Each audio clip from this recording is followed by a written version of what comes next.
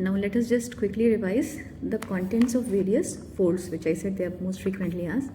So this is what the paradiddinal recess. It contains inferior mesenteric vein. The free edge contains inferior mesenteric vein. The mesenterico-parietal fossa of Waldeyer, it contains the superior mesenteric vessels. Now usually these folds contain artery, vein, nerves, lymphatics, all, but in few places it contains only some, like here it contains only vein. This contains inferior mesenteric vein. Fossa of Waldeyer, superior mesenteric vessels. So let us see. Paradiddinal fold of free edge, inferior mesenteric vein, mesenterico-parietal fossa of Waldeyer containing superior mesenteric vessels.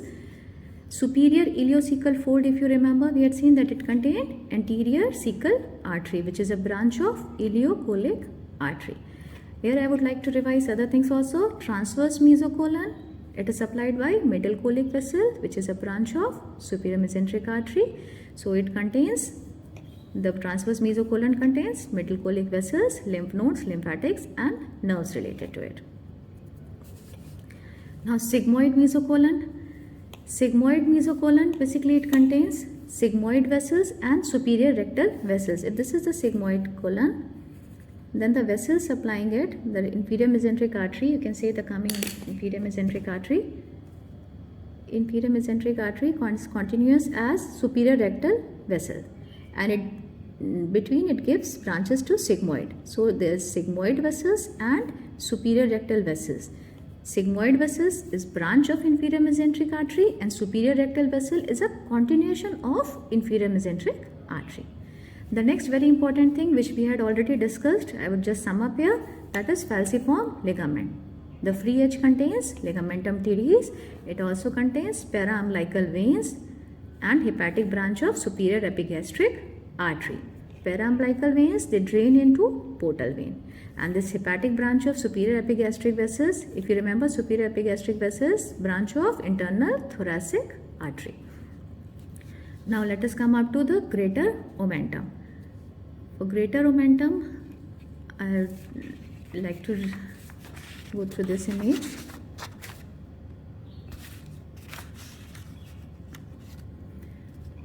We'll just quickly revise. This is celiac trunk, if you remember. Celiac trunk giving left gastric artery. The right gastric artery is a branch of hepatic artery. This is the hepatic artery which gives right gastric artery. And we have splenic artery. Splenic artery running posterior to the stomach, going up to spleen. The splenic artery also gives branches to the stomach. This is the left gastroepiploic branch and this is short gastric arteries to stomach. So we have short gastric arteries to stomach. We have left gastroepiploic artery. All are branches of what? The splenic artery. So celiac trunk giving left gastric artery, splenic artery and hepatic artery. Hepatic artery giving branch right gastric artery. So now if you see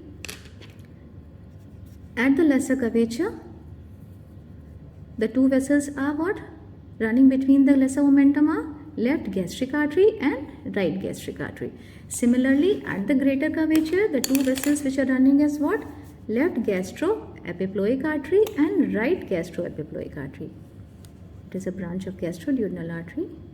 We won't go into that details, but this image will help you in remembering the contents of lesser and greater omentum. So, at the greater omentum, the contents are right gastroepiploic artery, left gastroepiploic artery and short gastric arteries. At the lesser omentum, the contents are right gastric artery and left gastric artery. Beside these, there are accompanying veins, lymph nodes and lymphatics. So, let us come up to here. Greater omentum, right and left gastroepiploic vessels, short gastric artery and it is laden with fat, richly laden with fat. Lesser omentum. Now, lesser omentum, this is at the lesser curvature. This is at the lesser curvature. What we have seen, the right and left gastric vessels, lymph nodes and branches from gastric nerves.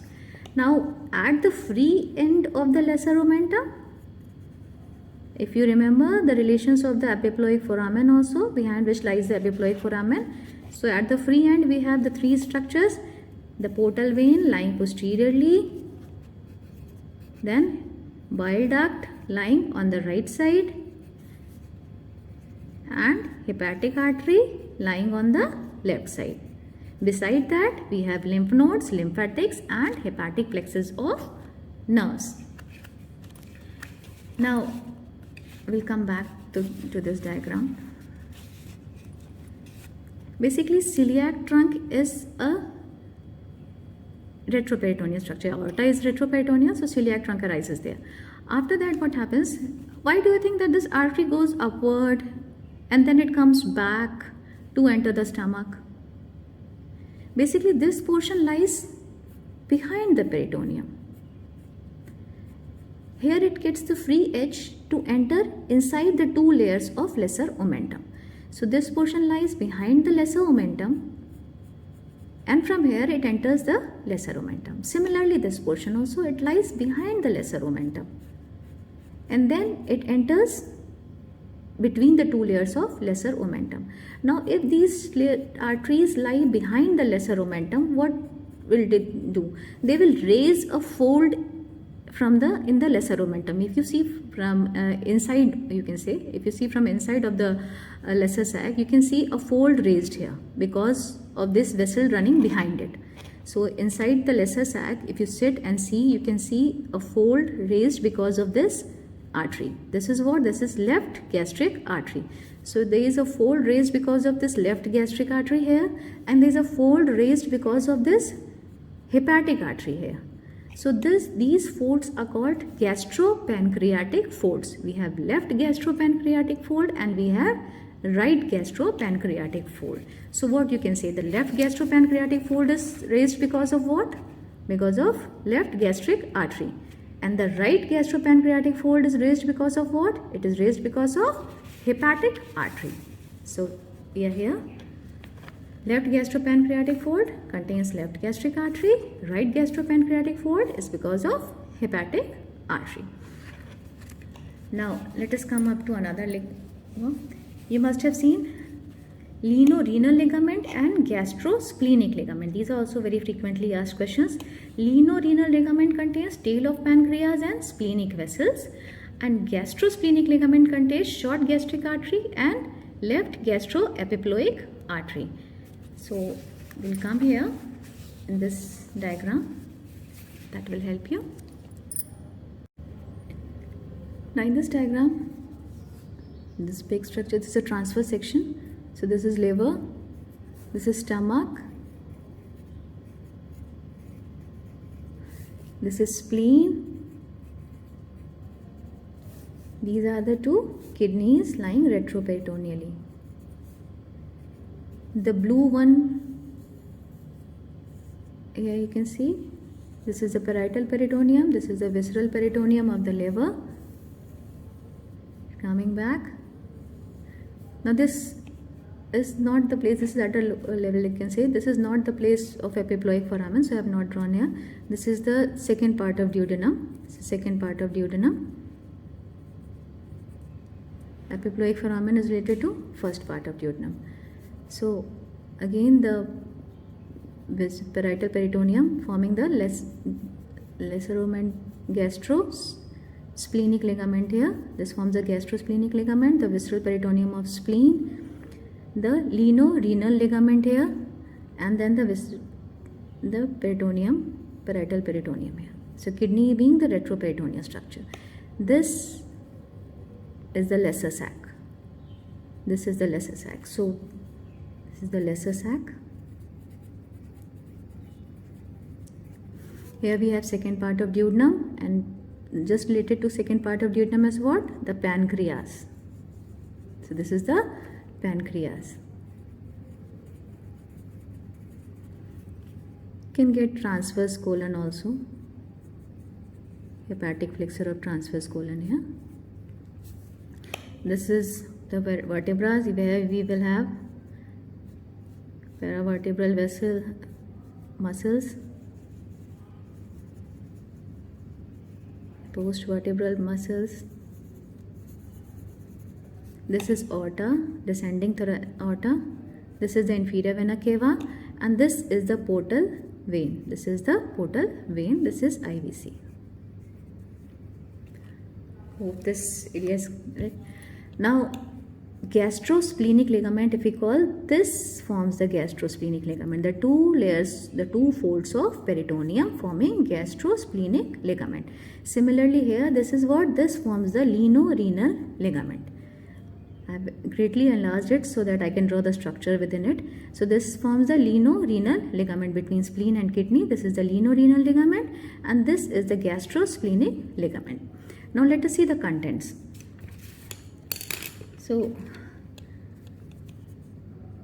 the celiac trunk rising the splenic artery going to the spleen. So this is the splenic artery. Splenic artery is quite tortuous. It allows for the expansion of stomach. So this is splenic artery going to the spleen.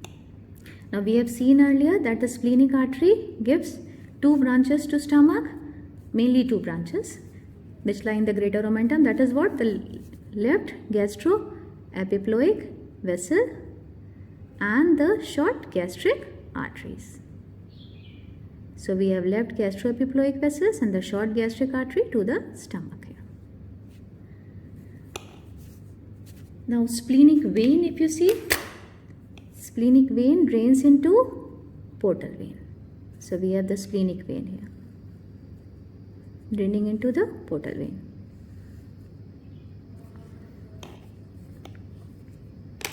If you really can draw the renal artery also, the renal veins. Okay. Now, what are the contents of lienorenal ligament? Lienorenal ligament, the contents are tail of pancreas, splenic vein, and splenic artery. So we have splenic vessels and tail of pancreas in the lienorenal ligament. And here we have what? Here we have left gastroepiploic artery and short gastric artery from spleen to stomach, which we had seen here. Short gastric artery and left gastroepiploic artery. So the contents to sum up: lienorenal ligament, tail of pancreas, splenic vessels, gastrosplenic ligament, short gastric artery and left gastroepiploic artery. Hope things are clear. Thank you very much.